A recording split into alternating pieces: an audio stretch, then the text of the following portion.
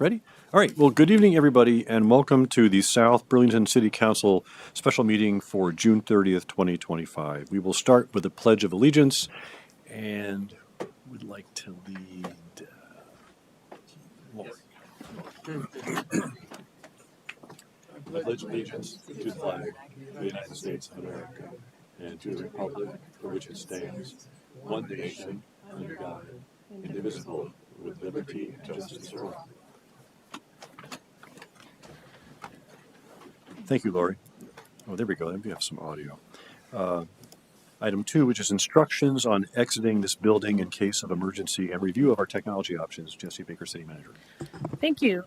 So thank you to those in the room who are joining us in person. If we have a emergency during this meeting, you can go out on either side of the rear of the auditorium and then turn left or right to get outside.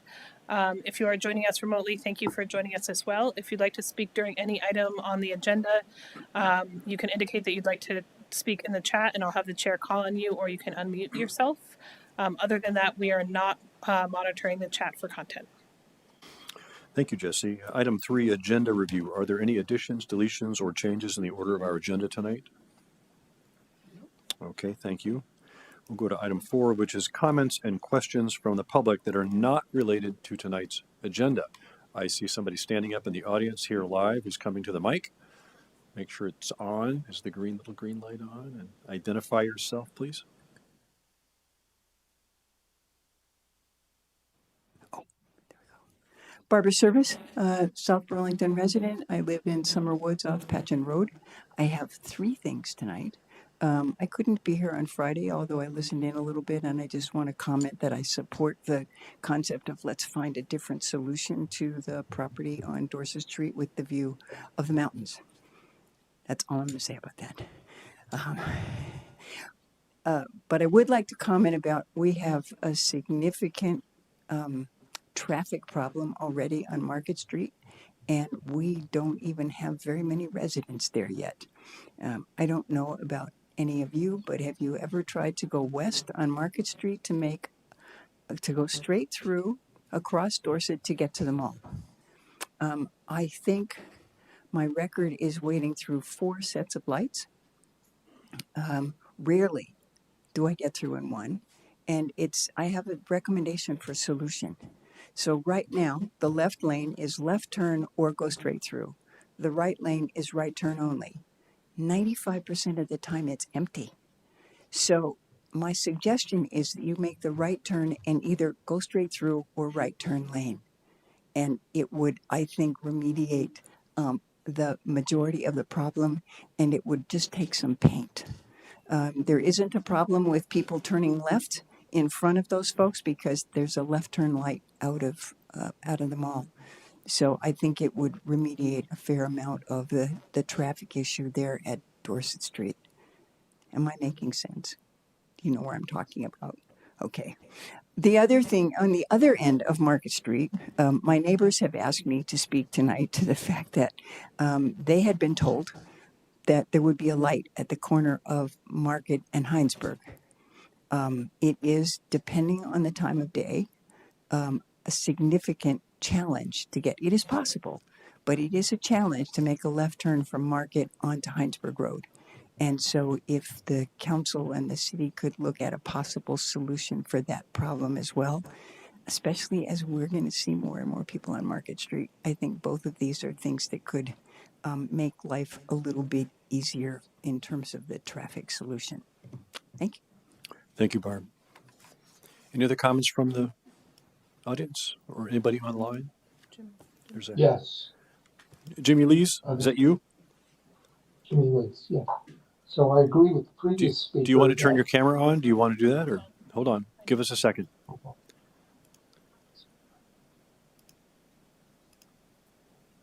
Jimmy, you should be able to turn your camera on now.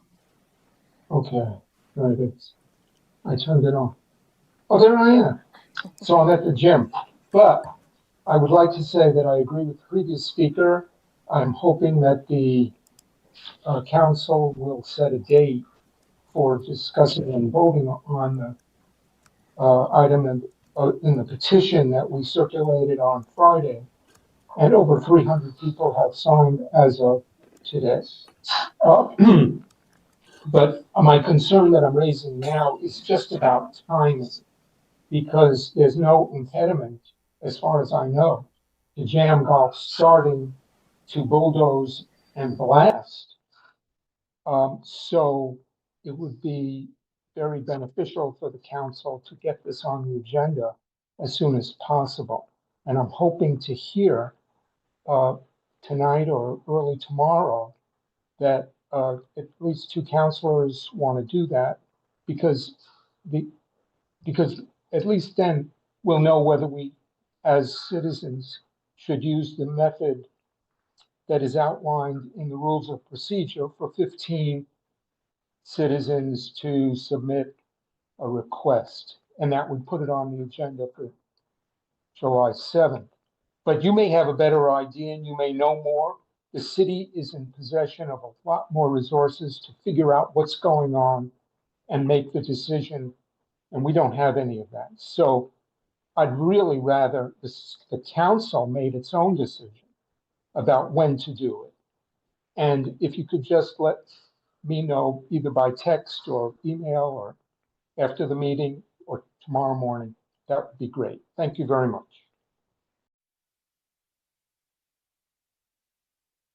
Not on our agenda tonight? Okay, then we will move on to councilors' announcements and reports on committee assignments, and then the city manager's report.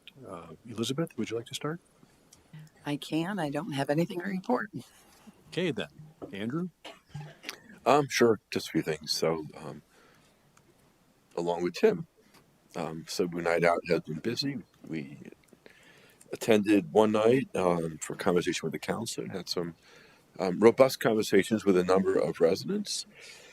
And then the last week, we helped raise money for the Special Olympics. It was a cold night in the dunk tank, but for a worthy cause.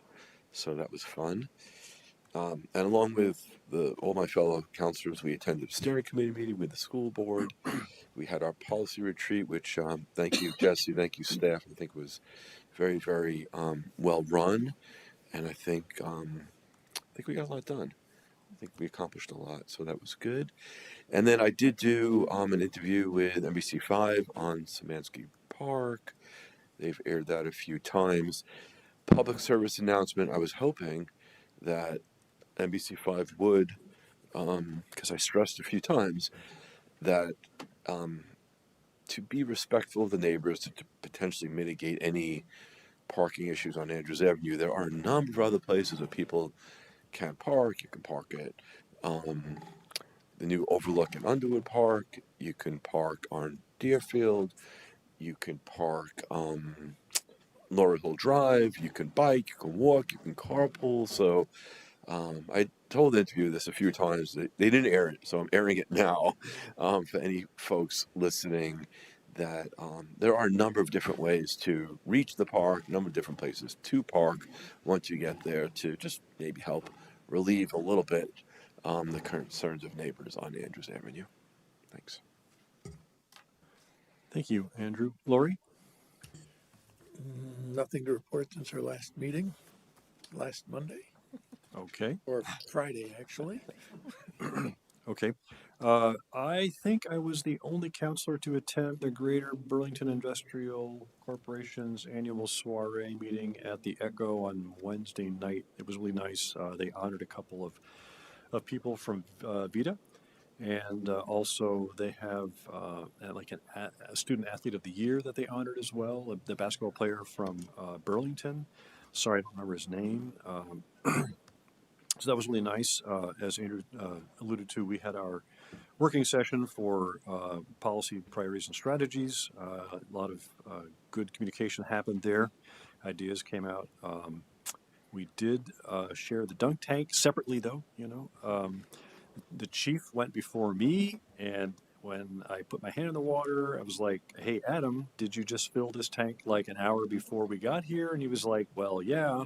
And I go, "It comes out of the ground at like 52 degrees," and like, "Well, we can't control that." So and it was like 69 degrees with a nice north wind, and it was cloudy. So, but I think I went in the water like 20 times. It was for a good reason. It was to raise money for Special Olympics. So, and the person that looked the most aggressive in throwing that ball was my wife. I have a picture of that. And she missed, and I kept catcalling her for that. And then she went up and just went and pushed the plunger. And a lot of people just went up and pushed the plunger, and it's not fair. It's not fair. You have to use the ball and throw it. Of course, one kid was about 2 feet high, and then his parents picked them up, and he just pushed it. And I was like, "It's okay." All right. Also attended the steering committee meeting, as Andrew said, and that's all I have tonight. Jesse? So similarly, I don't have much because tonight is officially our 7th council meeting of June, which I think is a record for me for the number of council meetings in 1 year or in 1 month. So nothing else to report. That's all you have? Mm-hmm. Okay. All right. So now we'll move on to the consent agenda. We have item 6A, which consider and sign disbursements for water and the AP warrant. And that's all we have there. Can I have a motion to approve? Motion to approve? Second? We have a motion and a second. Any discussion? All those in favor say aye. Aye. Aye. It's unanimous. Thank you very much. And just, Mike, did you want to vote? Said aye. How do you vote? Aye. Aye. Okay, so it is unanimous, 5 votes. So Mr. Scanlon is remote, just so everybody knows. All right, thank you very much. Moving on to item 7, which is receive information on the 2025 grand list and approve the FY26 municipal tax rate and tax due dates with Martha Macharv, the finance director. Come on down, Martha.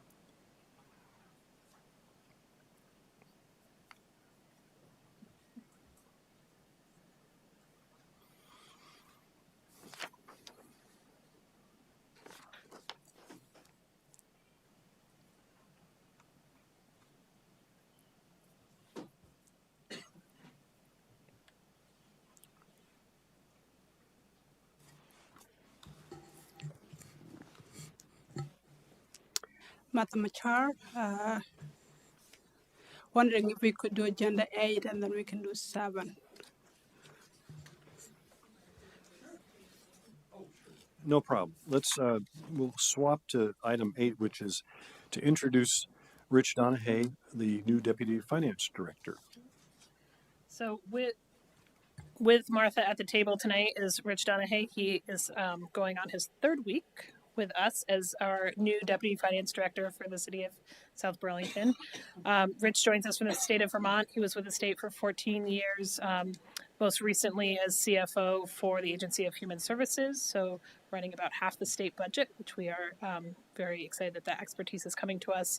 Prior to that, he served as the business manager and city accountant for the city of St. Albans, so his roots are in local government, and then has the statewide experience as well. He is an MPA from UVM and a master's in business from Miami University in Ohio, and I can tell you he has already hit the ground running and is doing a wonderful job to support all of us and to back Martha up. So we're really excited to welcome Rich to the team. Welcome, Rich. Thanks for coming tonight. Welcome. Welcome. Is there anything you want to add? Thank you for that. Oh, thank you, Martha. Thank you for that generous introduction, and I appreciate the opportunity to serve the citizens of South Burlington and working with you all. Thank you. Are you finding your office accommodations adequate? Out there, outstanding. And the kitchen's pretty good? Perfect. Okay. Including the warm welcome of all the staff. So, thank you. All right. Well, nice to meet you. Nice to formally have you here in front of City Council. Thank you very much. We're going to go back to item 7, which I've already described, unless somebody wants me to read it again, but it is to receive the grand list and the municipal tax rate. Thank you, Madam Chair. Thank you also for switching the agenda item to do 8 first before 9. To me, it felt that it was necessary to have Rich introduced before we talk to you about the tax rate and the grand list. When we budget the year, we estimated that the grand list citywide will grow 2%. The grand list, as you said the tax rate today, as of June 24th, grew 1.9%. Close estimate, you could say. But that little difference also led to a change in the tax rate and the percentage increase on the tax rate between 25 and 26. And part of that grand list to growth was also the TIF grand list. The TIF grand list, we estimated it during the budget process to grow 20%. It grew 36.4%. That does help the general fund budget because 25% of the increment is used to for the general fund budget, so it's included in the amount that fund the general fund, the fund raised to fund the general fund budget. So during the budget, the tax rate increase was projected to be 3.67%. With the change in grand list, given that it didn't grow 2% as estimated, came to a 4.07%. On the rate side of it, the budgeted tax rate was 0.571, but the actuals, as we asked you to set it today, is 0.5392. That's the new tax rate due, and the change is due to the change in the amount of grand list growth as projected and the actuals as it stands today. Also, the other things that we are also asking you to set today are the tax due dates. And those are generally due in August, November, and March. And it's normally the 15th of the month. The 15th of August is a Bennington Bottle Day, and that's a Friday. And so that's pushed to August 18th, the Monday. The November is November 17th, the 15th is a Saturday.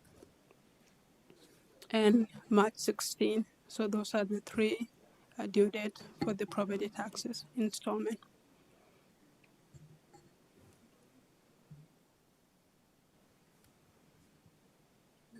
Questions? Andrew? Yeah, just I think you said this, but so we achieved a little more in the TIF district because we get 25% of that incremental amount. Correct. But we lost a bit more than that in the municipal grand list. Is that kind of how things? Yes, that's. And net, we're down a little bit from what we estimated. Yes, so the TIF grant list is a pretty small portion compared to the citywide grant list. Mm-hmm. It can grow 50%, and that 50% can be less than even a 0.001% of the total grant list. Because the base is so small. Correct. Yeah, so it's not that we lost grand list, it's that we projected the grand list to grow at 2% and it grew at 1.9%. It's interesting to me that the tax rate is so sensitive to relatively small changes in the grand list, which probably is hard to project. If it come in at 1.5, voters would have been, with pitchforks, right? So it's interesting to me that it is so sensitive, and maybe we need to keep that in mind as we go forward in the next budget year in terms of the projection. So that's honestly part of why we're trying to modernize the permitting system is we spent a lot of time in October and November and December trying to estimate what that April 1st value is going to be based on the permit activity that we're seeing back in the fall. So it's not just what we've seen in past years. It's actually based off of data. The actual active permits on the ground. But you're right, it is very sensitive.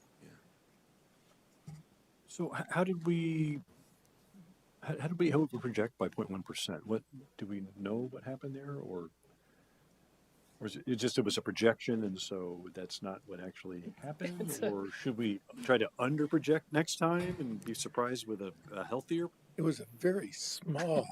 It is very small, but issue. Yeah. I mean, to be shooting for 2% and coming at 1.9. Yeah.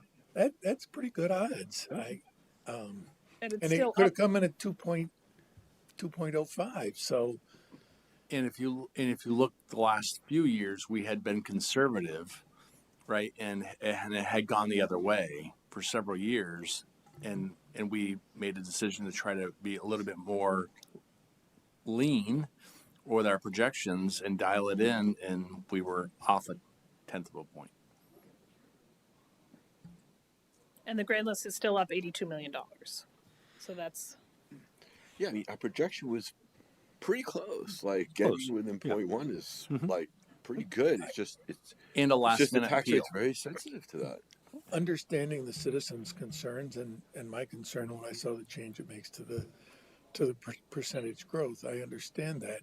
Flip side is I want to give kudos to staff for coming in so darn close, because hitting it on the head is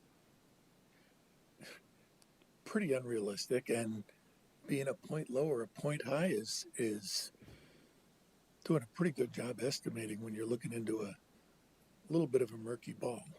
And hopefully the update of the system will make it easier to tighten those projections. So Is the 2.95% growth in the commercial properties, is that unusual compared to past years? It's not very unusual, but we just started doing this last year. We had not done it in the past. Last year was the only year that we did the comparison between the commercial and residential growth. Because we've probably had years where it was negative because of reassessment of some large commercial properties, right? yeah, I think we could do that analysis. I don't know that off the top of my head. I'm just curious. I was surprised that there were, but based upon the properties that were involved, I guess I'm not that surprised. So, I'm wondering if some of this is attributable to the slowdown in new construction, mortgage rates, interest rates. You know, I've heard anecdotally weakening demand for some of the stuff that's being built. Is that did you see any of that? Is that, or is this just no? You know. So just back to Steve's point, and Martha, correct me if I'm wrong here, the assumptions we've made in past fiscal years since I've been here have been grand list growth of 1.2%, 1.5%. This is the first year we bumped that up to 2% to be tight, to be leaner. So we weren't, so we were tighter to what the actual projections were. So this isn't actually a reduction. This is still an increase in what we've seen in past years. Okay. Yeah, 24 we had projected I think 1.5, but it came in at 3% for FY25. But yes, to your point too, there were people can take permit, but then decided that the project is too expensive to be executed and not do it. But that project was projected and included as part of the ground lease growth. I've heard anecdotally of other Yeah. developers that have just been kind of slowing down a bit. I think we also need to remember that the first budget that Jesse and staff presented, we looked at and we asked them to go back and sharpen pencils and to really see where they could bring it down to try and meet a projection that we were going for. And this is one of the places that I'm assuming you looked at and said, we can be a little more aggressive with what we think we're going to get. And it didn't quite reach that target, but we gave staff a tough task, and they did the best they could to hit that target. when will we know the schools' budget numbers ahead, their tax rate numbers? We know it. we do. We received them over the weekend, and I shared the updated tax rate memo with you with the updated numbers. So that's in your inbox. Martha sent it around earlier. If you would like, I can share my screen and we can walk through that. Sure.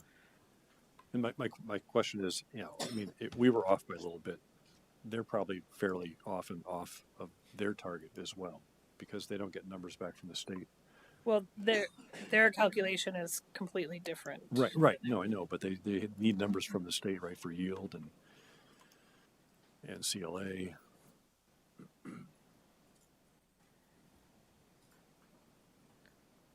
So, just a reminder that, is this me? Am I moving this? Nope. Yeah, you are. Slowly moving it. So the top box there is the formula that creates the tax rate. This set is the municipal tax rate summary, and then the education. Scroll. The education numbers that Martha updated are here. So the homestead is 1.57, and that's a decrease of 1.78% from last year. No, that No? is an increase That's the of non-homestead? 7.6. Oh, it's a 7.6 increase for homestead Correct. and a decrease for the non-homestead? Yes. What? I'm confused. We had nothing Okay, to do so with no, it but their from the state. their rates higher. Their rates higher, but it's less than last year. Okay, I see. It's still higher than the homestead rate. Okay, So then combined, right. this is the overall. Percent increase from, okay, this is combined is 6.7 from last year. Okay. So just remember the municipal tax rate is about 25% of the total tax rate. Yeah. And it's hard to understand from that what was it 50% of the residents receive some sort of a benefit from as an adjustment on the property tax based upon income, right? Yeah. Household income. Okay. Yeah. Okay. Well, any other discussion? Do we need to ask if the public wants to comment on this at all, or before we? Is there anybody So- online? Nope. Hold on. I can't see. Okay. Nope. All right. So we have a motion, please. I move to set the fiscal year 26 municipal operations tax rate of 0.5187 for a total municipal tax rate of 0.5392 and set the installment due dates of August 18th, 2025, November 17th, 2025, March 16th, 2026. I'll second that.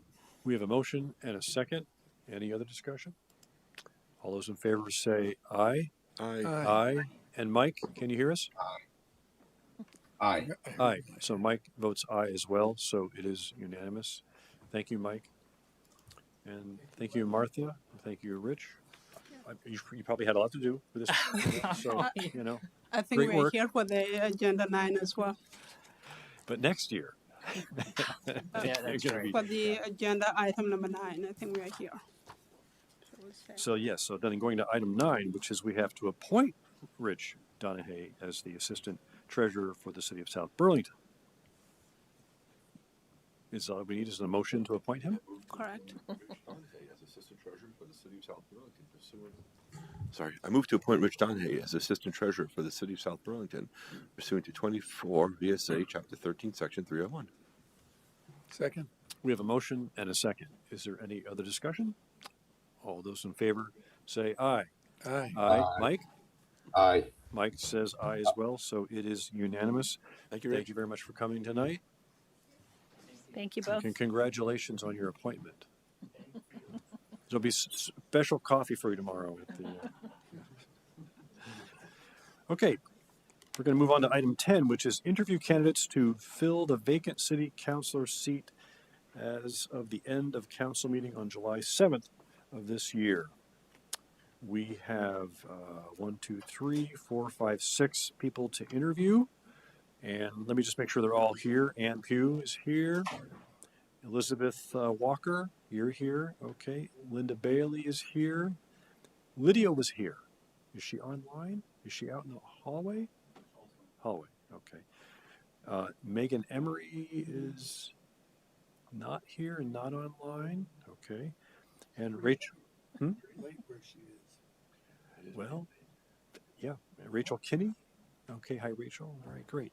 So we at least have 5 people, and Megan may be coming online later. So give us a second here so we can bring up some stuff.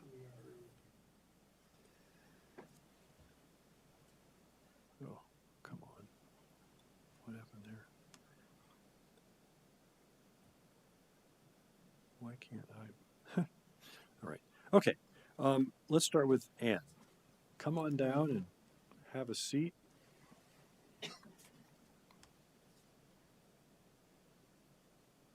Here? Yeah, sure.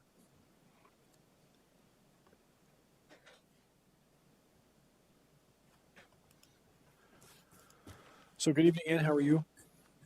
I'm good, and Megan used to be here. You need to, There she is. Okay, you need to good push time. the little button so the green light comes on. Is it? Try Green talking. light is on. There we go. Great. So, Ann, thanks for coming tonight. Thanks for applying. Do you want to start by just telling us about yourself and your background? I say that South Burlington is where I became an adult. I moved here in 1979 and haven't moved. South Burlington is my home. I love it. I had the honor of being a state representative for 30 years. I've been out of that for 3 years. By background, I am a master's level social worker, and after doing direct practice and working for community agencies and the state, I became a faculty member at the University of Vermont, where I recently retired as senior lecturer emerita, which means I get free parking. And I have a stepdaughter who is now an adult, but who went to the middle school and 1 year of high school here before graduating from the tech center. I'm a longtime community volunteer who sees service to the community as important. And I mean, I guess that's who I am. I love South Burlington.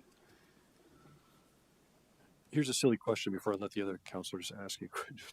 We had 7 meetings in June, I'm sorry. So it's not just 2 meetings a month. There are lots of meetings. Are you aware of that? Are you sure you have enough time to cover all the meetings? I did not know that there were 7 meetings, but I am fully committed to doing whatever the work is and coming to the meetings. In terms of this, I had been on the board of the Howard Center, and I turned off of that, and I am not on any what I would call heavy-duty boards right now. I am involved on other community and statewide things that do not demand a whole lot. I fully retired from UVM in May, and I will not be teaching at all. And I saw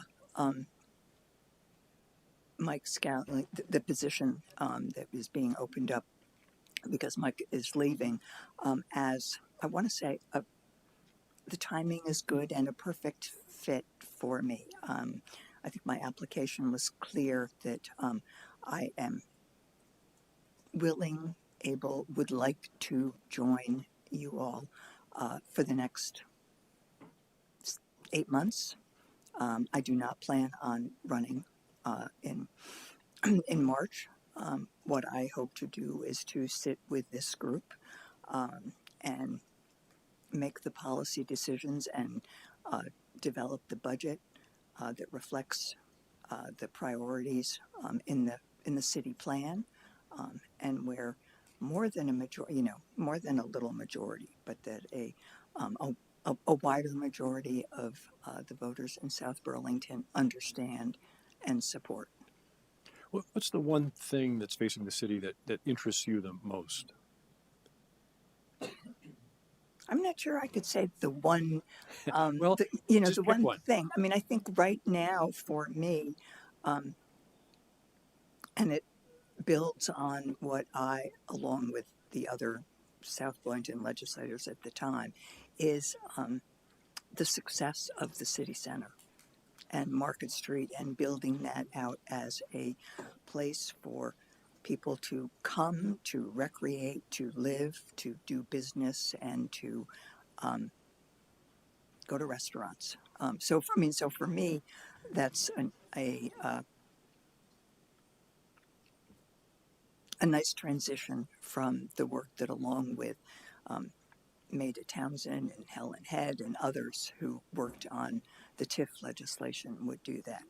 I mean, my agenda is to be viewed by you, but more importantly, by the people in South Burlington as someone who is thoughtful, who's willing to listen, who knows that both climate and livable neighborhoods and fiscal responsibility are is more than a three-legged stool, and they don't always easily come together.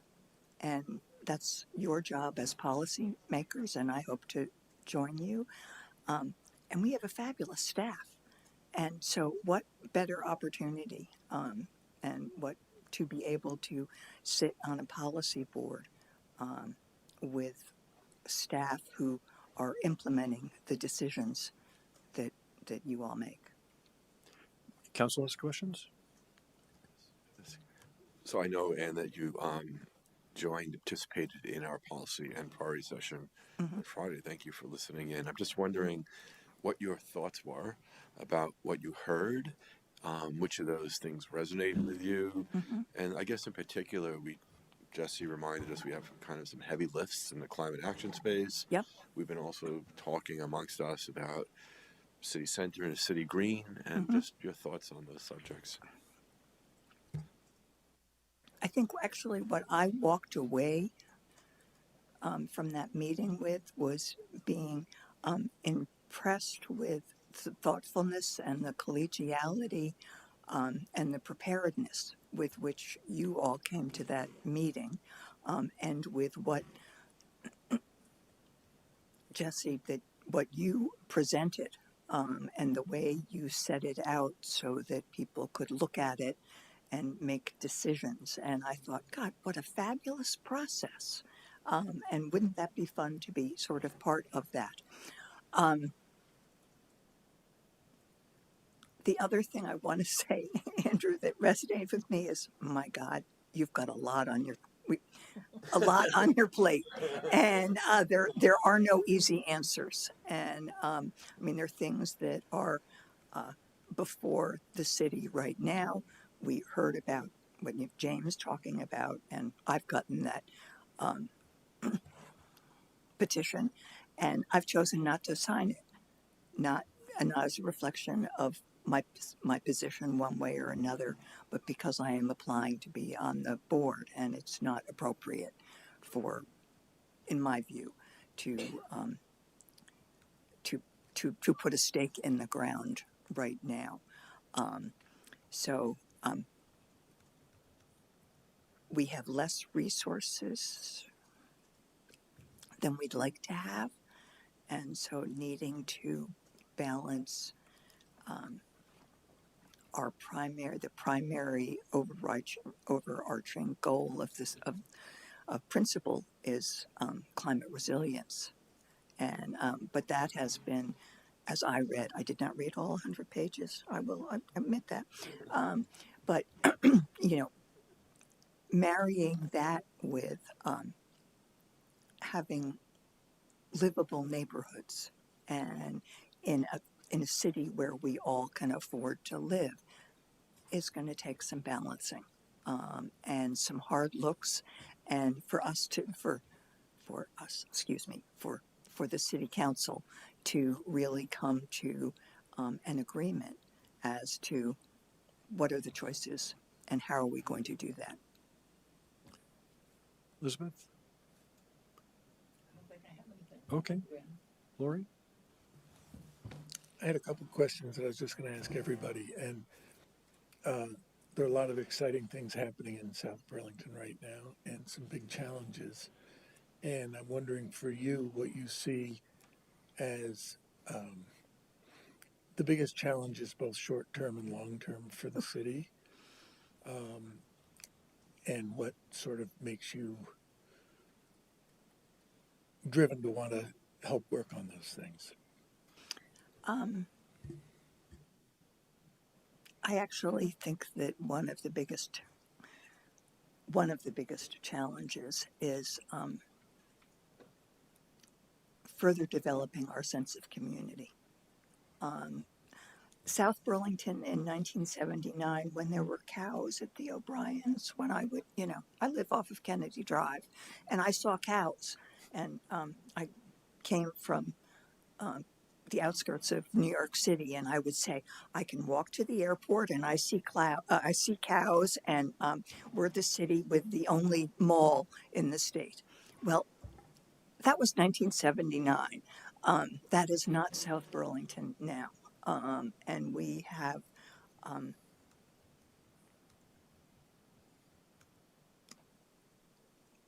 I don't want to say competing priorities, but we are, whether we want to be or not, we're part of the urban core.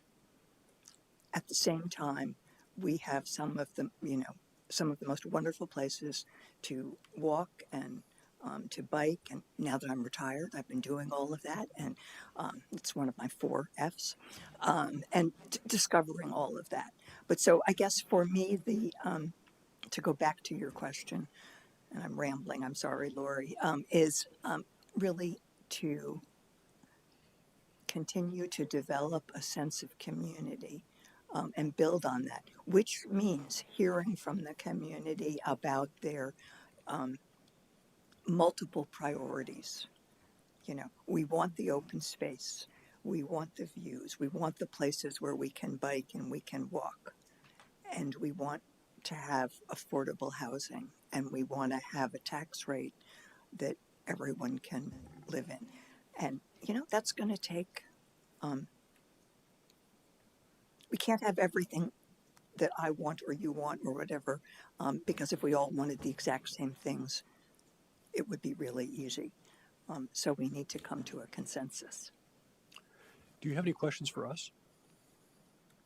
What are you looking for? We're looking for somebody to take over Mike's position until March, until town meeting day. Well, I'm not sure I can fill his shoes, but I do have experience being on the policy board, and I do have a time-limited commitment, and the time and experience in that setting. Okay. Well, great. Well, thank you very much for coming tonight. Well, thank you. Thank you for the opportunity. Thank And you, we're Ann. going to go next with Elizabeth Walker. Do you like to be called Elizabeth Tomey Walker or just Elizabeth Walker? Elizabeth Tomey Walker. Okay. Have a seat, please. And good evening. Thanks for applying. Thanks for coming tonight. Again, you want to tell us about yourself and why you're interested in this position and what qualifications you think you have? And Yes, thank you so much for this opportunity. My name is Elizabeth Tomey Walker. Yes, there you go. My paying career is an integrated holistic health and performance strategist coach. I help people with alignment and navigating challenges that they have in their life. I do that through neurolinguistic programming, practical psychology. I also do a lot of functional diagnostic nutrition work and fitness programming, which coincides with another hat that I wear, which is end-of-life care. And I'm also a U.S. Coast Guard Master's Mariner licensed captain. When I'm not doing those things, I'm a professional volunteer. So I volunteer for Sail Beyond Cancer. I have been with them since they were Healing Winds about 10 years ago. We take cancer patients and their families out for 3-hour sails at no charge to them. I have been an EMT for Shelburne and Grand Isle. And I was on the PTO. I was PTO president actually at Rick Marcotte Central School, helped run several committees, and then spearheaded the campaign for the Rick Marcotte Playground Legacy Project. okay. And so what prompted you to apply for this position? Be the change that you want to see in the world is something that I live by. I saw it come by on my email, and I said, what an opportunity to take a step forward and put myself out there and see if I can impact not just the people that I have within my circle, my global circle, but more impact within my community. And so that's what drove me to apply, is to have a greater impact where I live.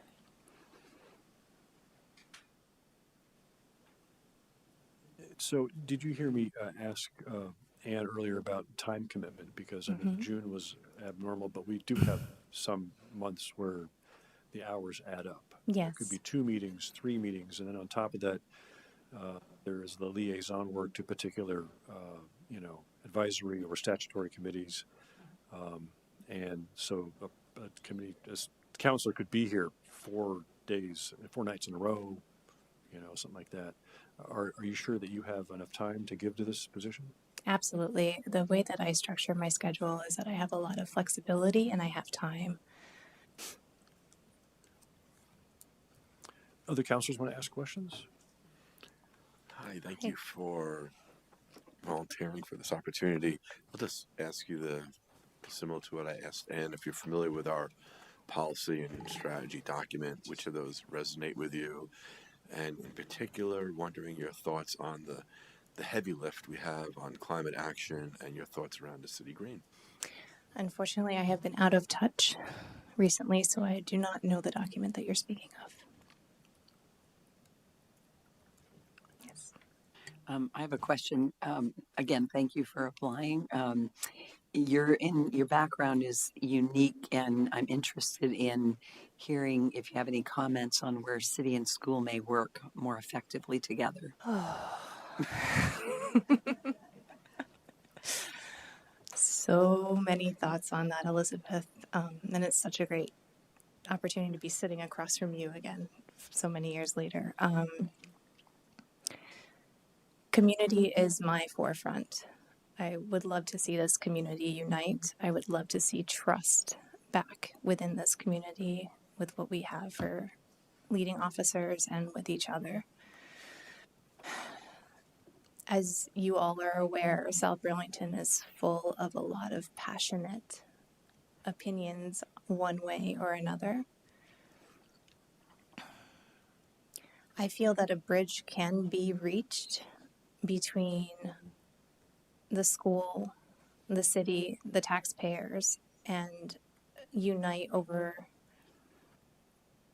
what's in the best interest for our city and community going forward with the children. Without getting deeper and taking more time to answer, I can answer specifics. I've had so many thoughts over the years.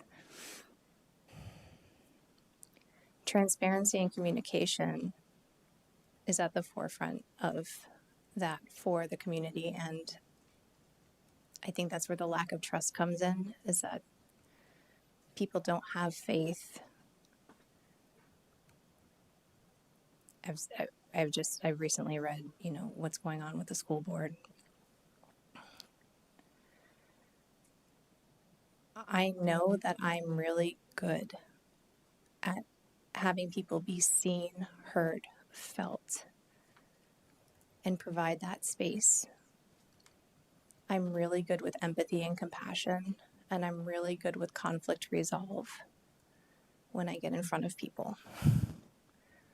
I don't know if that helps answer the question, but I come from a place of heart and presence, and I truly believe that when you hold space and you come from your heart and you are fully present with people, that is more effective than anything else. If you can make people feel seen, heard, and felt and understood, that has power beyond anything. Rory, any questions? No questions, but I really want to thank you for stepping forward and your passion for serving and being engaged in the community. And I hope you find a way to really fulfill that, whether it's here or otherwise. Yes. Thank you very much. Thank you, Lori. Thank you, everyone. We have Mike Scanlon online, and I think he wants to ask a question. Mike, are you there? There's your smiling face. Nice to see you. Chair's not even warm, and Where are you tonight, Mike? What I'm in part of the Toronto. world are you in? In Toronto, in Canada. So just across the neighbor and our good neighbor to the north, and enjoying their warm hospitality in this very proud country. So ask your question, Mike. Sure. This is a question that I wanted to ask the previous person, but I want to ask all persons. So if you is that what we are seeing by tonight's decision on our budget is the maintaining the affordability of South Burlington is an increasing challenge. As one-time monies that have are part of the past and the clever efficiencies that our very talented professional staff have found will become more challenging. I was just wondering, what are your thoughts on terms of the tools or policies that we could pursue to try to maintain affordability, to keep the wonderful, amazing services we have, let alone pursue the ambitions that are laid out in the city plan?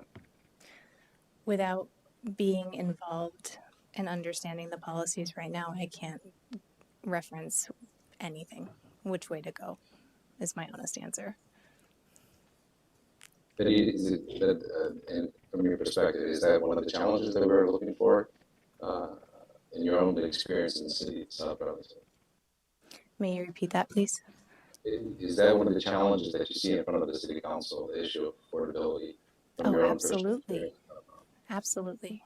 I mean, you're looking at inflation and rising costs all across the board, and people's salaries and wages aren't increasing at the same rate, right? I remember when we were talking about uniting the middle school to the high school years and years ago, I remember several people that were retired coming up and speaking their concerns about not being able to stay in their homes, not being able to afford to live here, and they've lived here for their entire life, and they didn't know where they were going to go because they were worried about how they were going to pay their taxes and their living expenses without more assistance from the state. I've been in this city for over 20 years. I grew up in Shelburne. So I've been very involved when my kids were in school, and now that my kids are out of school, I took a step back. And I'm just coming back in because, again, I think community is I believe community is really, really important, and that's why I was here to step forward. Well, thank you very much, and again, thank you very much for stepping forward. And if you're wanting to get involved in this community, at the end of the day, it's all of us having to step forward. So, thank you. Thank you. Thank you. Thank you very much, Elizabeth. Have a nice evening.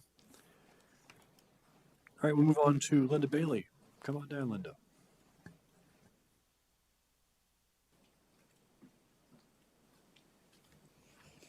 Didn't we just interview you recently for a committee position? You did. Did you get an appointment to charter committee? I did. Okay. Though I haven't heard what our charter is going to be yet this year. Hi, everyone. I think you all know me, basically. The first question you've been asking is a little bit about yourself. I am a lifelong, multi-generational Vermonter. I've lived here in South Burlington for going on 13 years now. And it is a community that I have most definitely fallen in love with. I have family both here in South Burlington and nearby, and I want to be a part of building the future for all of my grandchildren. And you used to be director at a library in... Not a director, I was the librarian. Librarian, I'm sorry. Okay. Yes. Where yes, was the library? At Varner Memorial Library in Jeffersonville. Jeffersonville, that's right. Yes. Okay, Jeffersonville. My career has been basically in business-to-business sales. So I've gotten to know a lot of the communities and businesses around the state as well as here in the greater South Burlington area. So I have a background in concerns that are in the communities. I also made presentations and built relationships, so I know how to reach out to people and listen. One of the biggest parts. And your concerns drove you to run for city council before. They have, because I want this to be the place that it can be. I'm delighted with the upward trajectory that the city has been taking. The building of a lot of more apartments and space here on Market Street. I remember when Market Street was a dirt road through the middle of the city. It's quite a different place now. But were there cows on it then? No, there were not cows. The cows were in my grandfather's pasture, but... So I've asked this question before, but what do you in the list of challenges for the city over the next 5 years, which one interests you the most? There are challenges, for sure. I want to help make sure that Market Street becomes a vital part of our city. I think the city green concept is vital, very important for that. One of the biggest challenges budgetarily is probably the inconsistency of the federal government right now. The state receives money that's pooled to the state, which passes it on to the cities. There are things like energy credits and stuff that are probably in limbo at this point. It might require us to re-examine some of the things that we are looking to do to make sure that we can keep somewhat affordable and livable for the people who are here and are going to be here. Other councilors have questions? Elizabeth? Linda, thanks for applying. Can you kind of speak to, this is a little bit along Tim's question, but you've got some familiarity through your committee work with some of the challenges. If in terms of top two issues over the next 5 years for South Burlington, what would you say those are? Keeping our budget in hand so that people can continue to afford to live here. That might include some hard choices. I don't know what those choices will be yet, but I'm sure they're coming down the road. The idea of all parts of our city, all the different economic levels and where they live in the city, being able to be cohesive, being felt like they are heard. I'm delighted with the things you guys have been doing lately, the posts on Front Porch Forum, having these Saturday get-togethers so that people can get to. I'd love to expand on some of those and make sure that people can truly feel heard, because that's how we can move forward the best. Lori, questions? I'm all set. Thank you for stepping forward. Okay, thanks, Lori. We know each other. Andrew, any? Thank you for stepping forward. Okay, thank you. Oh, Yes, hold on, we got Mike. absolutely. Mike's. Yes. Hi. Go ahead, Mike. Thank you. Thank you very much, Tim. Yes, hi, Linda. Thank you for your comments and for stepping forward as well as being on the committee. It's definitely, it takes all of our hands on board to make our wonderful city be what it can be. I wonder if you could just maybe expand a little bit more on the affordability. You touched on one of the challenges, and maybe some of the ways that you see how we as a city can try to keep it affordable. As our previous speaker, our candidate said, there are people who are facing quite serious challenges about staying in this lovely city. Yep. One of the things is we need new homes, obviously, like Market Street is supplying right now, and hopefully will expand further. We need to bring the developers a little bit into the conversation to find out how can we support you to build in ways that aren't as expensive.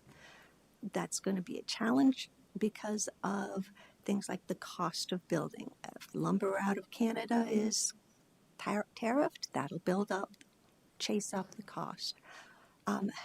We have a lot of very intelligent people in our community, and I've been privileged to talk to some of them. Again, the reaching out, getting the ideas that people have so that we can keep things on an even keel, and being ready to make the hard decisions on what will give us the best return for our tax dollars so that we can keep this city what it can and should be. Thank you very much, Linda. Thanks, Mike. Linda, this doesn't matter, but do you have any intent on running again in March after this, if you were appointed? I'm not sure that's a fair question, but at this point, no, I do not. Okay, just curious. And you're not afraid of the time commitment? No, I am retired. That's how I could get involved with hearing all these things that when I was younger and raising my kids and managing a house and a job, didn't have a chance to look at. I've been delighted with it and very interested. I know you've all seen me at various city council meetings and such. It's interesting. It's fun. Great, thank you. Do you have any questions for us at all? No. Well, thank you for coming. Thanks for applying. Okay. And we may have a decision tonight. We're not sure. Okay. Thank you, guys. Thank you. Next is Lydia Diamond. Come on down.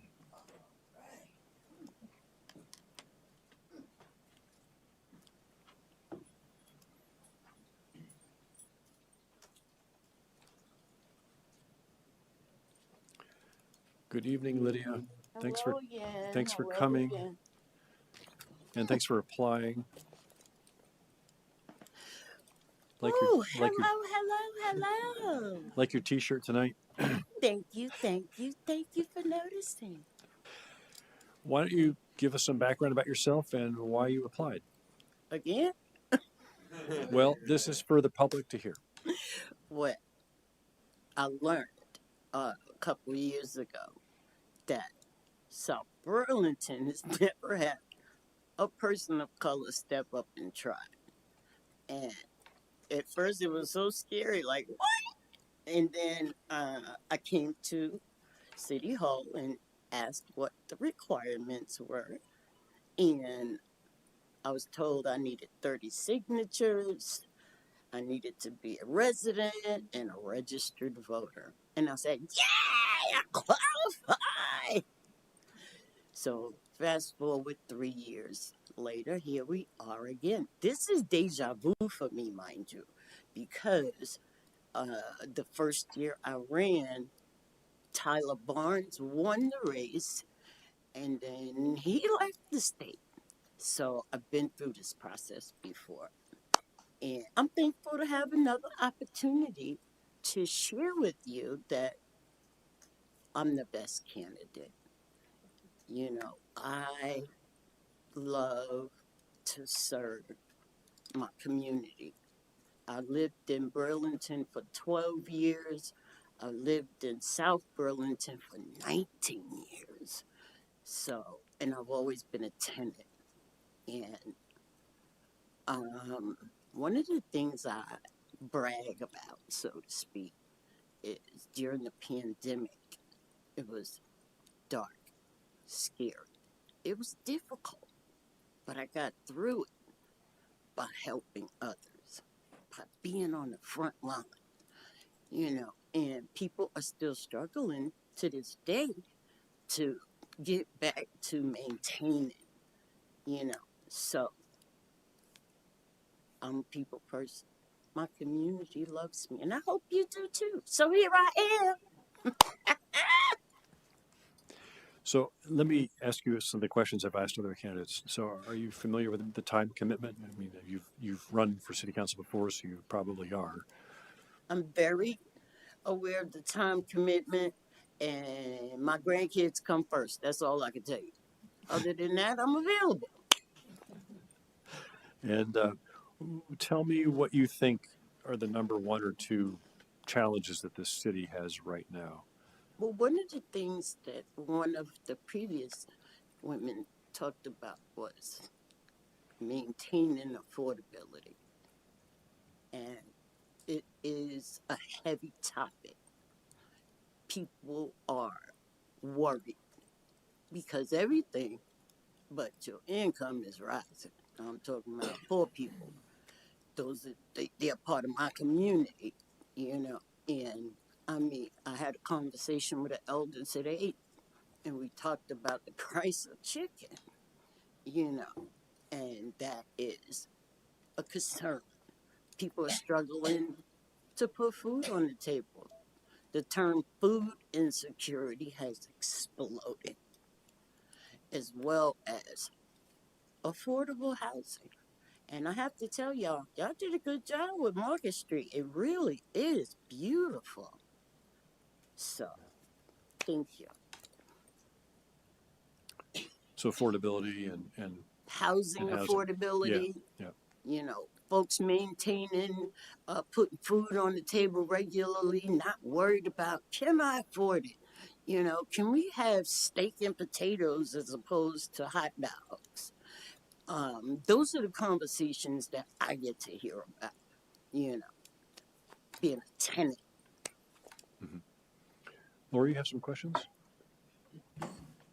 I think you already asked my question, Tim, but thank you for stepping forward, Lydia. Thank you. And good to see you. Likewise. Andrew? Hey, Lydia. Hey, Andrew. I love your message. I love your energy. Thank I you. love your positivity. And I'm with you on, we got big problems that we need to solve. I'm wondering how you think we'd solve them. If you were on the council for the next 8 months, are there 1 or 2 policy priorities that you'd want to see us get done? Oh, that's a good one, Andrew. I would love, one of the things that pricks my heart is homelessness. And there are so many people, they calling it You know, the new term is the unhoused. But these are people who have spiraled in a way that they've lost control of themselves. And one of the things I had to put forth with myself, because I come from generational homelessness, was self-accountability. I had to say, Lydia, you've done this too many times. What you gonna do different? You know, and I'm a firm believer in prayer. It don't cost nothing, you know. But like I said, I've been a tenant in South Burlington 19 years. That's historical for someone like me, coming from Brooklyn, New York. But I'm proud of it. I'm proud that my grandchildren, all 7 born at UVM, only know Nana for one address. You know, it might be a small thing, but housing security is essential for peace of mind. And there are ways that we should figure out how to help others. Nobody should be living on the street unhoused, but children are suffering. You know, babies are suffering. And I want to do something about that. I want to help the adults. Adult better. Elizabeth, question? I don't have a question, Lydia, but depending on how this process plays out, I am looking forward to serving with you on the housing committee. Yay, that's So, right. thank you. Thank you for that reminder. That's right. I've got new friends on the housing committee. Yes. Hey, Mike, do you have a question? Just a very quick question, and Lydia, thank you so much for being so persistent in your desire to help the community and bringing such a clear voice to the discussion. And I think it's going to be fantastic having you on the housing committee. I'm glad that worked out. You've already touched very eloquently on the issue of affordability and what the needs are. Do you have any thoughts on what the city could do and how we make the balance of keeping the decisions of maintaining the services we want, but yet to be sure that the city stays affordable and those who are perhaps not gaining those services develop access to it? Well, I've been a part of a group called the Council, which is formerly and currently incarcerated women and girls. And one of the programs that I absolutely cherish with them is called Reimagining Communities. And a part of reimagining communities is, okay, where have gone left? Top 5. What has gone right? Top 5. How can we compromise where everything comes together for the betterment of us all? And they are brilliant. They are uplifting.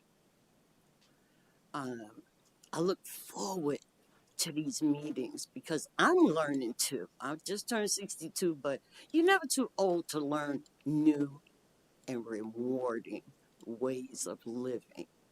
And so I'd love to introduce you to reimagining communities because I read somewhere South Burlington is a beautiful place to raise a family and to live. And I agree.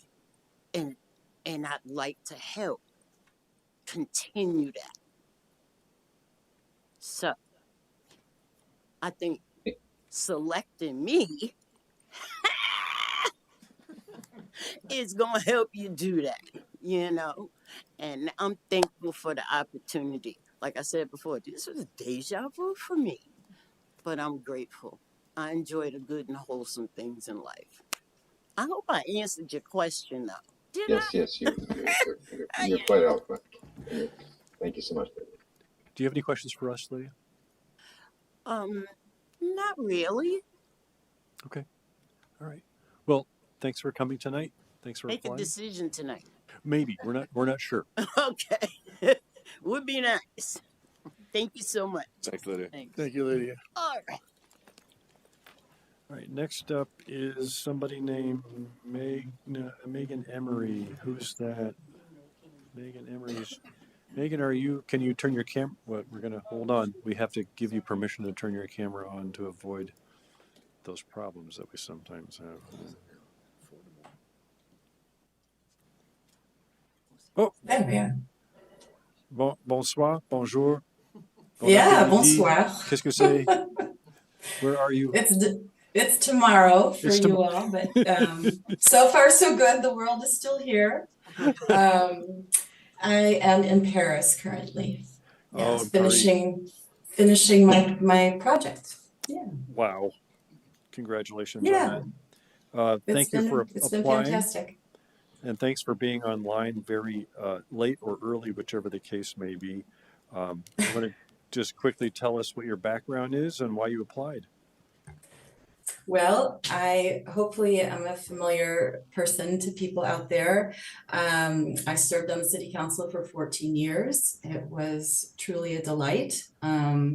I left very conflicted, but excited for this project that I've been working on here, working on the very problems that you all are working on, which is how to maintain affordability while we move ahead with needed transition to more sustainable in terms of environmental resilient communities. So I worked in a city of 300,000, and I am now in Paris looking at the Olympic Village and the renovations that took place north of Paris with the new mobility. They have a new train system and lots of mixed income housing. So I'm looking into how that was done, and all of the problems that the council is currently wrestling with. And they too have, they don't have a federal government, but they have a national government that is throwing some wrenches in the system. So it's definitely given me some perspective. And you. Oh, and I can tell you more. I'm also a mother of a 14-year-old. So I am a resident of Chamberlain neighborhood. So I have various aspects of that as well. My private life, in addition to my professional and my civic life. When are you going to be returning back to the States? August 17th. August 17th? Yes. And when I applied, I was fully aware that there would be meetings after Mike's departure. And before August 17th, and I'm here tonight, and I'd be willing to be there as needed through August 17th. So if we had I'm 12 very meetings in July, Yep. starting at 7 p.m. We're going to lose a city manager. Oh, the city manager says no 12 meetings in July, so I take that back.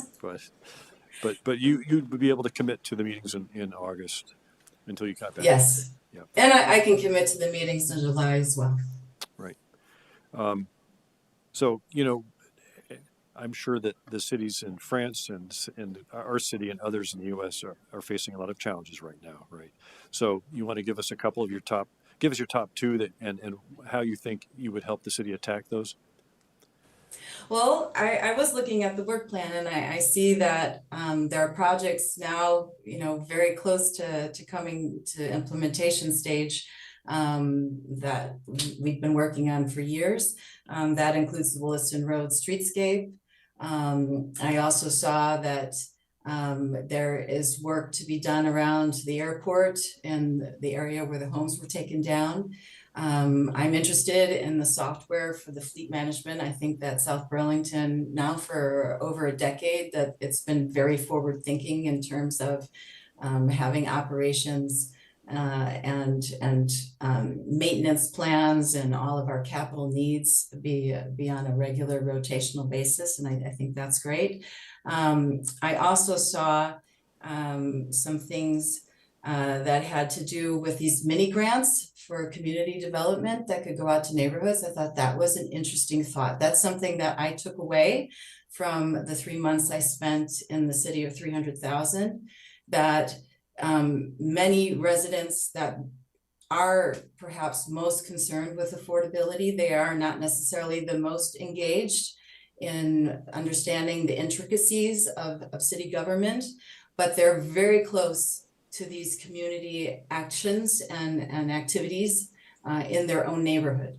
And that connection to the city is really critical to the whole buy-in, I would say, in municipal government. And so I was very excited to see those mini grants, and I would encourage that. Thanks, Megan. Any questions? Megan, thanks for applying. You've probably answered my questions in terms of your policy and priority things that resonated with you. So I appreciate you applying, and I'm not going to repeat the question. Elizabeth? Yeah, I don't have any questions, Megan, but I was interested, and you kind of summed it up of maybe some of the lessons you've learned during your tenure there and bringing them back. So thanks for highlighting some of those already. Good seeing you. Good seeing you too. I missed you all. What time is it there? It is 10 to 2 a.m. Oh, no problem. Is the sun still up? No, but the sun sets here at 20 to 11, so There you it's go. not too long ago. Yeah. Hi, Megan. I don't have any questions for you. It's great to see you and to hear about what you've been doing over there. And I love that you stepped forward in your passion for being re-engaged with what we're doing here. So thank you. Yeah, the local level is where it's at. We need the national support because that's where the money comes from, much of it. But the local level of that is where the action really happens. And I'm glad to see that was my hypothesis, and I'm now able to speak with more authority on that. Thank you. Hey, Mike, you had a question? Yes, Megan, just to be consistent, I'm asking everyone the same. I think you may have heard what I've asked about the issue of affordability. And given, as you just pointed out, the national level has always been the source of funds. And here and there, we're seeing that it's not going to most likely be the case for at least the immediate future. Any thoughts, as I sort of asked the others, how do we as a city tackle keeping affordability, keeping services, but yet keeping it in a way that people can continue to live in South Burlington? Yeah, well, I know just from my experience of, doing what you've been doing, Mike, is people want their roads in good shape, and it's getting more and more challenging with, the freeze and thaw cycle that is now increasing.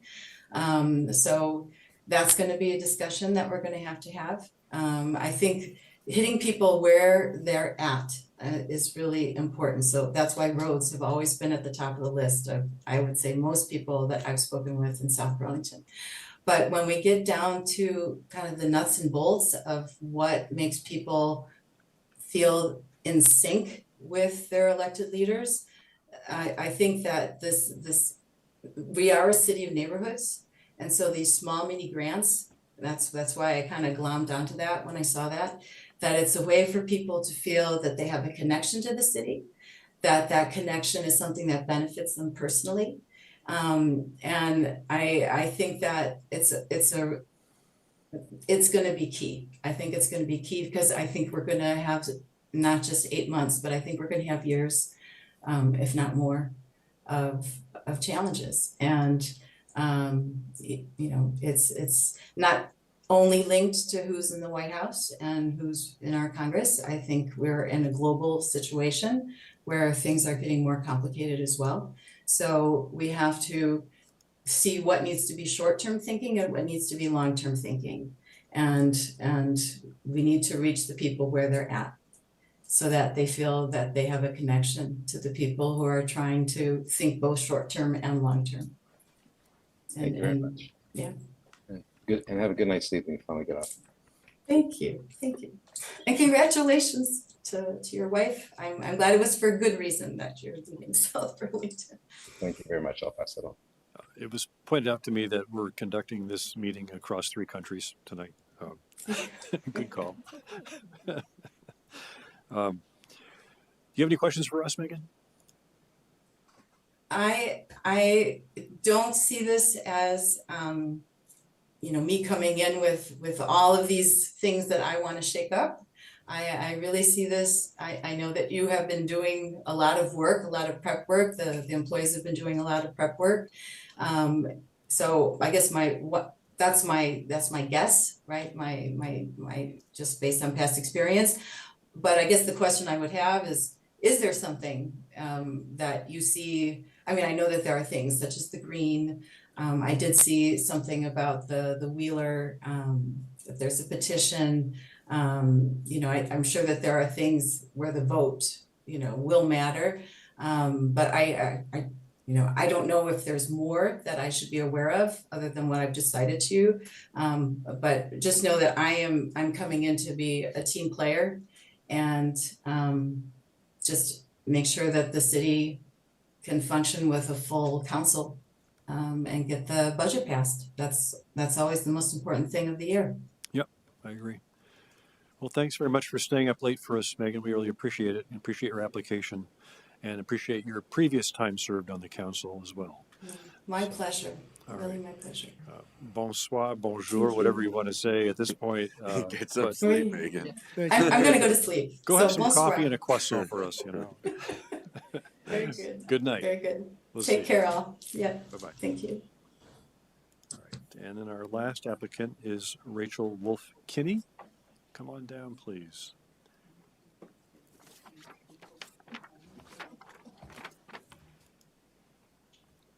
Good evening, Rachel. Good How evening. are you? And do you prefer being called Wolf-Kinney or just Rachel Kinney? Rachel Kinney's fine. Okay. Yeah. So good evening. Thanks for applying and thanks for coming in. You want to tell us a little bit about yourself and why you're interested in this position? Absolutely. So thank you for the time tonight and the consideration. My name is Rachel Kinney, as we've already gone over.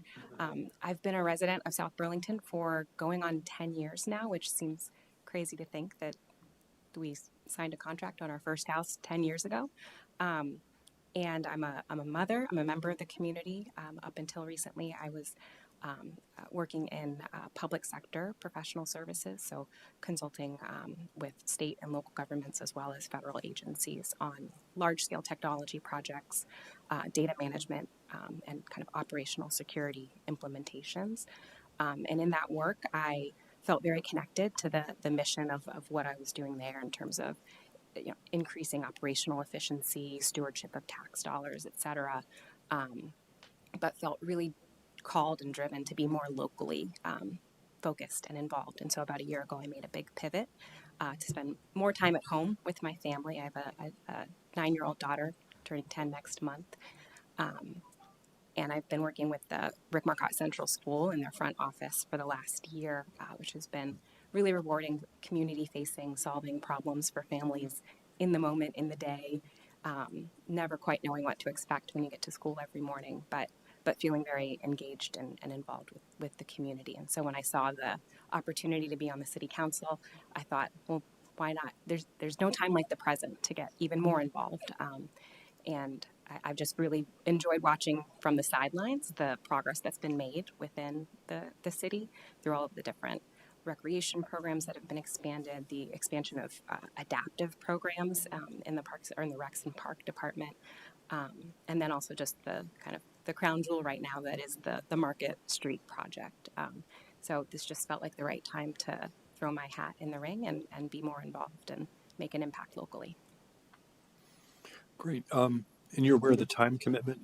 You've heard several times? I am aware of the time commitment, and I have a strong kind of support network at home and with my family and extended caregivers for my daughter. So I know that I can make the time commitment work. Great. And so I've asked this question before, but are there one or two central things that you would like that you would focus on that are challenges to the city right now? Yes, I think echoing what others have said about affordability, I think that is central. As others have said, everything's going up but income, it seems, these days. And I think back to my own family's story of how we moved to South Burlington 10 years ago. We could afford a modest starter home. we could then turn around in a few years from then and sell that starter home to another family that could also afford a starter home through a rental assistance program that helped them save for their first down payment. And I think about stories like that, and I don't know how common they are today. And I wonder what levers we might be able to think of from a policy perspective, from just a community engagement perspective, to expand access to programs like that, to make that story more the norm of how a family builds stability, security, economic, wealth that they can generate to support their family, versus an exception. So housing is something that interests you, and the quantity and Housing, not necessarily. There are so many levers. I think that development is one of them. Increasing density where it makes sense to increase density is certainly a lever, but then also access to programs that just increase the stability, make it just a little bit easier for families that are doing everything right to stay living where they are. I've seen firsthand in my work in the school just how disruptive it can be when a family is more transient, or a child is uprooted every 6 to 9 months because a lease has expired, or the family member they were staying with is no longer giving them access to that house. And so what can we do to make it just a little bit easier for folks to stay stable in our community? Council have questions? Thank you for applying, Rachel. So I know you referenced our policy and priorities and strategy document in your application. So thank you for reviewing that.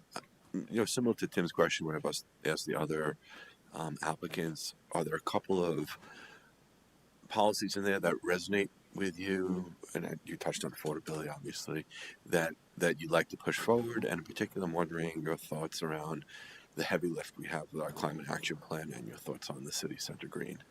I am not as well versed on the climate action plan. I know that given the national climate and assumptions that might have been made in that plan about what could come to the city, what might be available, that there will be tough choices and a balancing of constituent input, needs, et cetera, with what we've set out as what I understand to be a very ambitious plan. But I think I come back to that housing piece of the plan, and the recognition that there needs to be more. There's almost like a missing middle. There needs to be more for more to be done to extend affordability to folks that are just there on the cusp of stability. And I think in doing so, we would hear a lot of great engagement from the community. Elizabeth? Can you speak a little bit to how your professional background might tie into service on council? I think that my professional background has given me sort of a look under the hood of how government agencies, whether they be a local municipality or a 3-letter agency down in DC, how they really go through an annual planning process, how they use operational data and projections to make hard choices that really specifically impact the lives of citizens, constituents, et cetera, their bottom line, what they're seeing on a monthly basis. And I think it's given me a perspective to not make assumptions about what is under that hood, to understand how interconnected certain things are. You pull one lever over here, it's going to make a difference over here. And so how do we implement policies in such a way that we're avoiding unintended consequences while also making decisions at pace with the pace that they need to be made to make an impact for the community. So all of that to say, I think it's given me a unique perspective on the balancing act that is policy setting and then the implementation of that policy to match the intent of the policy as it was originally designed. Thank you. I'm going to switch it up. Mike, do you have a question? Yes. Just to be consistent, I'll also touch on the issue of affordability. But you mentioned correctly, I think it's not just about the housing.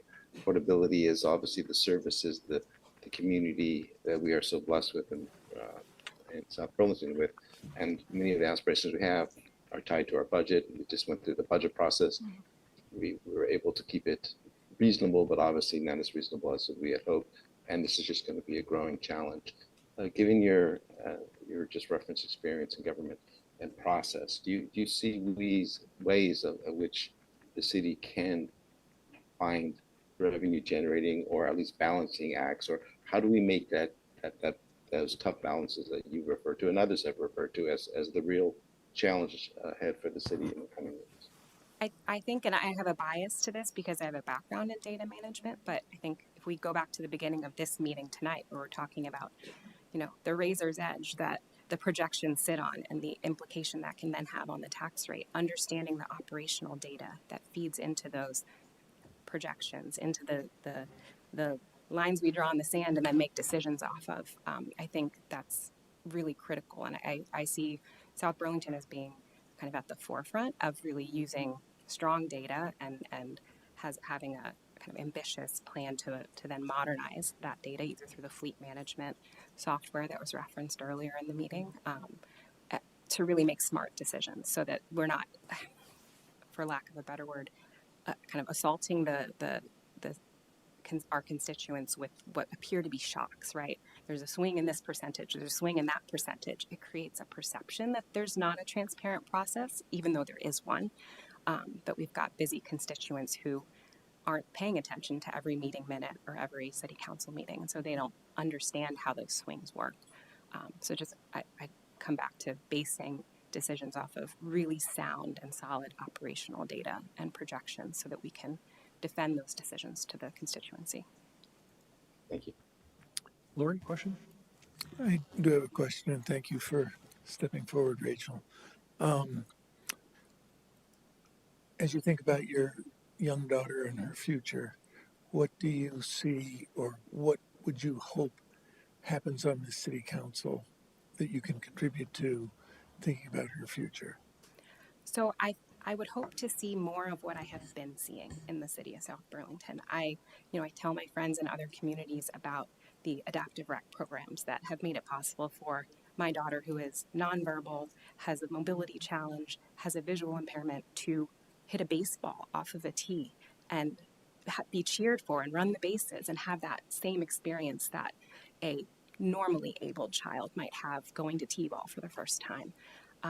More of that, right? Inclusion isn't just ADA compliance, and I think in the city of South Burlington we truly believe that. So continuing to see those opportunities for her to be a fully engaged member of the community, even if that looks different than what most kids might experience. And I think that the council plays a strong role in setting that tone and asking the questions of the programs that report to the council. What are you doing to make this more inclusive? How are you increasing accessibility? Being in the room to ask those questions, I think, is just an important part of advocacy for her and for all children. Do you have any questions for us at all? I do. So you were all first-time counselors at one point in time. I'll try to keep it brief because I know people want to probably get home, but what one sentence of advice would you have for previous you? That's a good one. Go ahead, somebody take it away. But we're at 11 minutes, just so you know. Don't be afraid to ask lots of questions. Yes. So some of the newbies here have bombarded staff, after when they get the agenda with the items, and it's like, explain this, But what ends up happening is that it generates answers that other counselors go, oh, I forgot about that. It's good to know that. It's good to review that, right? Because there are a million processes in the city, right? That are active every day, and a lot of moving parts, and so there's a learning curve, but you just go right in the pool and start swimming. Right? Just throw them in.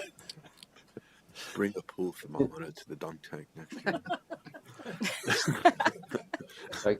Tim, if I could add something, I would just say, you've heard everyone reference the very talented staff we have in asking questions. You'll get answers, and you'll get excellent answers. The one thing I think is important to remember is that you represent the whole city. And we all have our own routines in the city, our own people that we associate with. I think to serve effectively, you need to make conscious effort to reach out beyond your network of people, your routines, your habits, and to meet all the people of our community and to find that balance because the interests are different, and it is about finding that interest. So that also itself takes a lot of time. but it's worth it, and I think it makes all of the councils more effective if they engage in that way.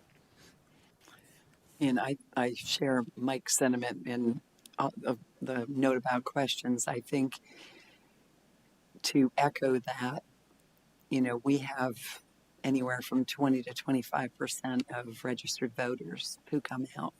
And, we'd like to see that be a lot higher.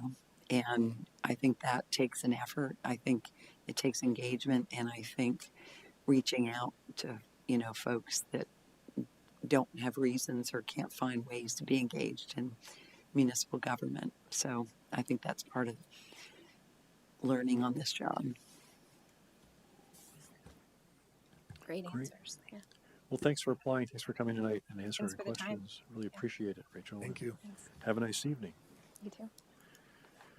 All right, so at this point, we're at agenda item number 11, which is consider entering an executive session pursuant to 1 VSA 313A3 for the purpose of discussing the appointment of a public officer. Is it the council's wish to go into executive session?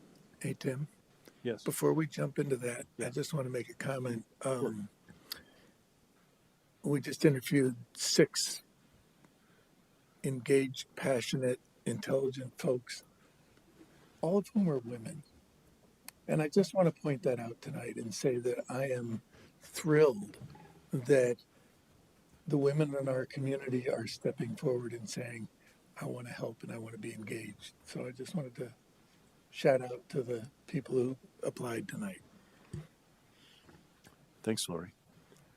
So is the council's wish to go into executive session? Can we have a motion for that? So moved.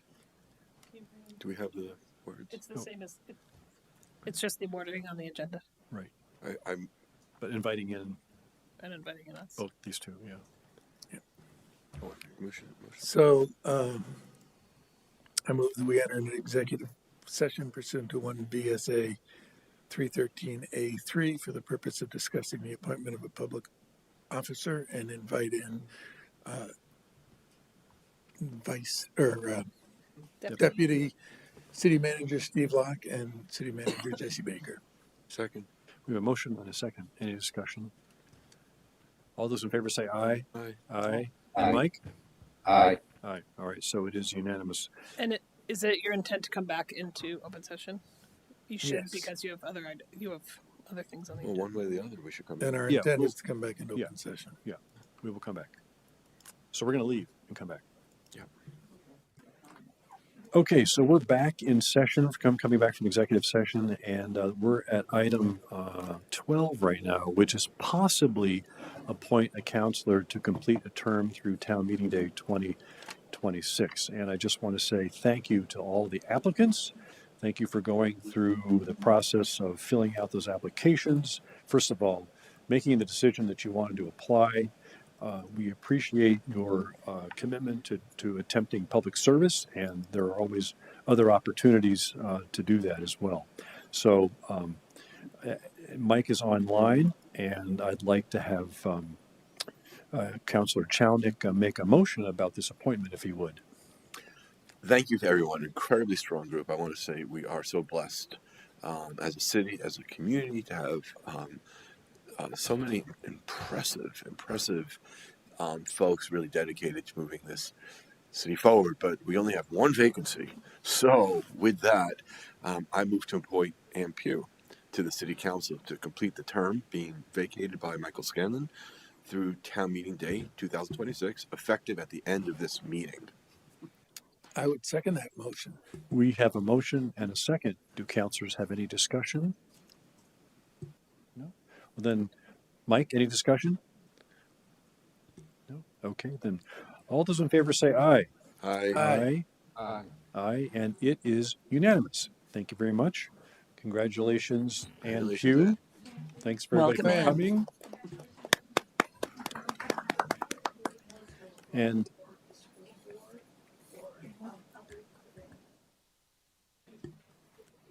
I think Yes. new Councilor Pugh was saying she hopes that everyone else will apply for the school board vacancy or other vacancies. And we do have some committee vacancies also that I will be in touch with everybody about. exactly. Great. Please, recommendation. everybody else know that your contribution is sorely needed and appreciated. So thank you. Thanks very much. And item 11, which is other business. Do we have any other business tonight? A motion to adjourn. Well, before that, we're going to thank Mr. Scanlon for his time of service on the city council, for all of his hard work, especially for all the time he spent at the GMT board meetings, right, which were at various times of the day. That was a huge commitment. I really appreciate it, and for his work in addressing the minutes after every meeting. I know that also takes a lot of time. So I know, Mike, you worked very hard in the position, and we really appreciate your time. We're sorry to see you go, but we're wishing you all the luck in your future position, especially for your wife's career. Thank you very much. I appreciate the opportunity the citizens of South Burlington gave me to be a part of the city council, to play the role that's important to make it a great city for everyone, that everyone can benefit from. And I think today's candidates should show that one thing that was consistent that they all said was the importance of reaching out and making it affordable in a city that be the best for all that's there and create the greatest good. So I hope, as has been said, that they all stay involved and active and find ways to contribute. It is, it requires all of us to make things work. And I so look forward to coming back and seeing all the things that South Burlington will be. I strongly believe in it. And thank you very much for the time I had. Thanks, For Mike. your service, Mike. Thanks for your service, Mike. And with that, motion to adjourn. So moved. Second. All those in favor say aye. Aye. Aye. We are adjourned. Au revoir, Mike. Bye, Mike. Bye, Mike.